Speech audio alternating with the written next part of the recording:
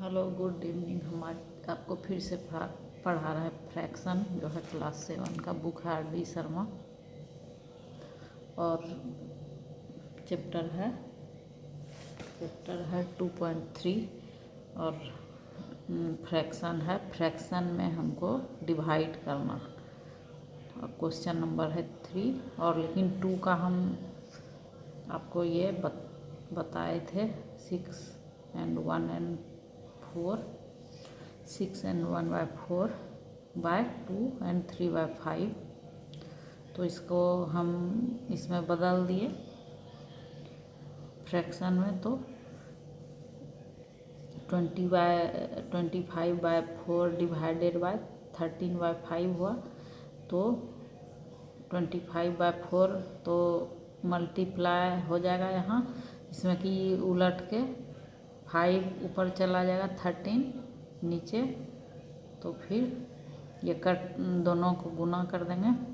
25 5 या 125 बटे ये 13 4 जब 52। अब 52 से भाग देंगे हम 125 में, तो 2 बार में 104 होता है, तो 104 को घटाएंगे 125 में, मतलब 125 में, तो 21 बचेगा। तो 2 बार में ये 21 जो बचा वो ऊपर आ जाएगा, ये बटे 52। तो इसका आंसर यही हुआ 2 का 4th नंबर क्वेश्चन। अब तीसरा क्वेश्चन है डिवाइड। तो डिवाइड है तो इसमें है 3/8/4, मतलब 3/8 को डिवाइड करना है 4 से। तो हम यहाँ 4 है तो यहाँ मान लीजिए कुछ ना है तो 1 हो जाएगा यहाँ। अब फिर 3/8 तो 1 गुना हो जाएगा, तो ये उल्टा हो जाएगा 1/4, तो हो जाएगा, दोनों को गुना कर देंगे। 3 1 जा 3 बटे 8 4 जा 32, तो 3/32 हमारा आंसर हो जाता। दूसरा क्वेश्चन है 9/16/6, तो 9/16 डिवाइडेड बाय 6 है, तो यहाँ 1 देंगे, कुछ नहीं है तो आप नहीं भी दे सकते हैं, लेकिन आपके सहूलियत के लिए हम दे देते हैं। तो 16 इंटू करेंगे तो 1/6 हो जाएगा। अब ये कट जाएगा, 3 3 जा 3 2 जा, तो 3/16 2 जा 32, तो यहाँ भी आ जाता है 3/32 आंसर। अब आगे है, इसको आप ठीक से देख लीजिए। अब आगे क्वेश्चन है 9/3/16, तो 9 को हमें भाग देना है 3/16 से, तो हम 9/1 भी लिख सकते हैं इंटू 16/3, तो 16 में 9 से भाग दें, ये 3 से 9 कट जाएगा, 3 3 जा, अब 16 3 जा 48, आंसर हो गया हमारा।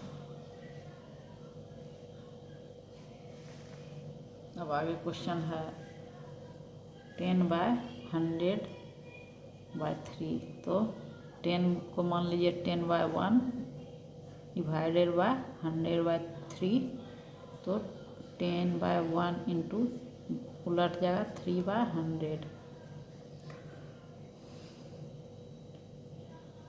तो ये शून्य कट गया, तो हमारा 3/10 आंसर हो जाता। ये शून्य कट गया, तो 3 1 जा 3 और ये 10 1 जा 3, तो 3/10 आंसर हो गया उसका। अब आगे क्वेश्चन है सिंप्लीफाई। तो ये भी 3/10 है डिवाइडेड बाय 10/3, तो 3/10 गुना में क्या होगा, उलट जाएगा, 3/10 हो जाएगा। तो कितना हो जाएगा, 3 3 जा 9 और 10 10 जा 100, तो 9/100 इसका आंसर हो गया। आगे क्वेश्चन है 4 एंड 3/5 डिवाइडेड बाय 4/5, तो 4 5 जा 20 प्लस 3 23/5 डिवाइडेड बाय 4/5, तो 23/5 इंटू करेंगे तो 5/4 उल्टा हो जाएगा, ये 5 5 कट गया, तो हमारा हुआ 23/4। अब 23/4 में क्या है, 4 को भाग देंगे 23 में, तो 5 जा 4 5 जा 20, तो 23 में 20 घटा देंगे तो 3 बचेगा, 5 एंड 3/4 यही आंसर होता है।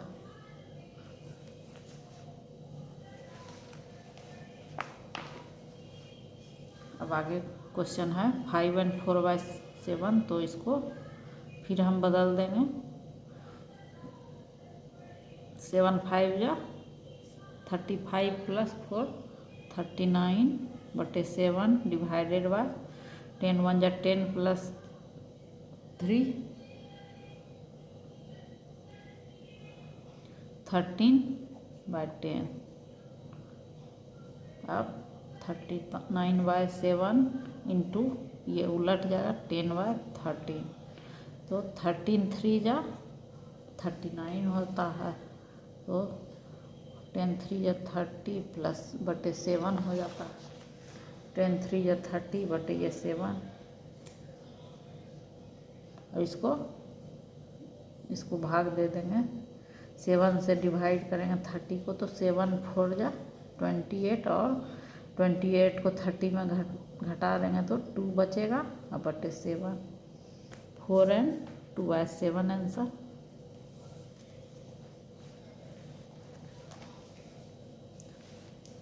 तो आगे है 4 डिवाइडेड बाय 2 एंड 2/5, तो 4/1 मान लेते हैं क्योंकि नीचे में कुछ नहीं है, डिवाइडेड बाय 5 2 जा 10 प्लस 2 12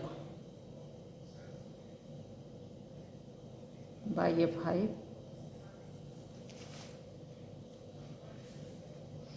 अब 4/1 इंटू 5/12, 4 1 जा 4 4 3 जा, तो 5/3, अब 3 में 5 से भाग देंगे तो 3 1 जा 3 2/3, क्योंकि 5 में 3 घटाएंगे तो 2, तो 1 एंड 2/3 इसका आंसर हो जाएगा। तो ये इस वाले को आप ठीक से समझ गए होंगे।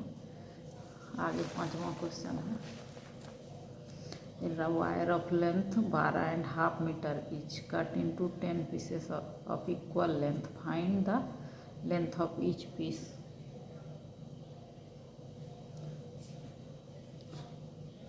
लेंथ कितना, length of wire is equal to 12.5 metre is equal to कितना होगा, 25/2 मीटर, 12 2 या 24 प्लस 1 25/2 मीटर, मतलब 12.5 मीटर, मतलब 12.5, मतलब वायर को 10 भागों में काटा गया है, मतलब 10 पीस में, तो हाँ तो हर एक पीस की कितनी लंबाई होगी, तो हाँ उस सामान्य सा है कि अगर 10 से हम भाग दे देंगे 12.5 में, तो हर पीस की लंबाई ज्ञात हो जाएगी। तो length of wire is equal to 25/2 metre, तो लिखेंगे since the length of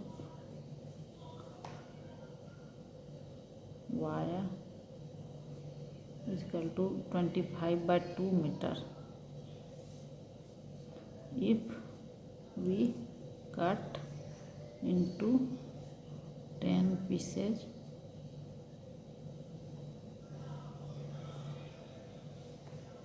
then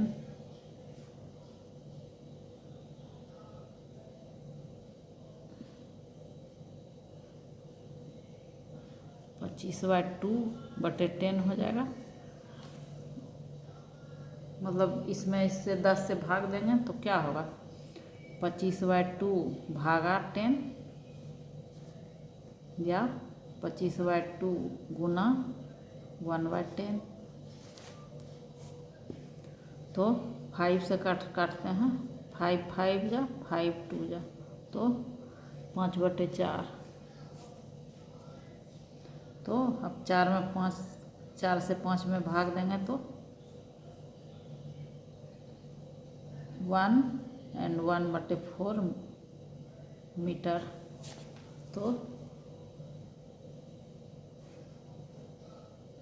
तो आंसर बराबर होगा लेंथ ऑफ ईच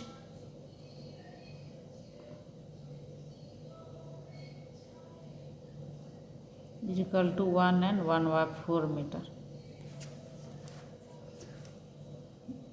सामान्य सी बात है कि 25/2 मीटर वायर को हम 10 भाग में काटेंगे तो 10 से भाग दे देंगे उसको, तो 10 से भाग दिए तो 1 और 1/4 मीटर हर पार्ट की लंबाई होती है।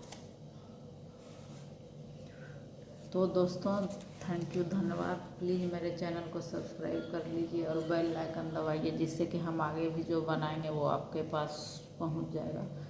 और प्लीज़ लाइक कीजिए, शेयर कीजिए और ज़्यादा से ज़्यादा शेयर कीजिए।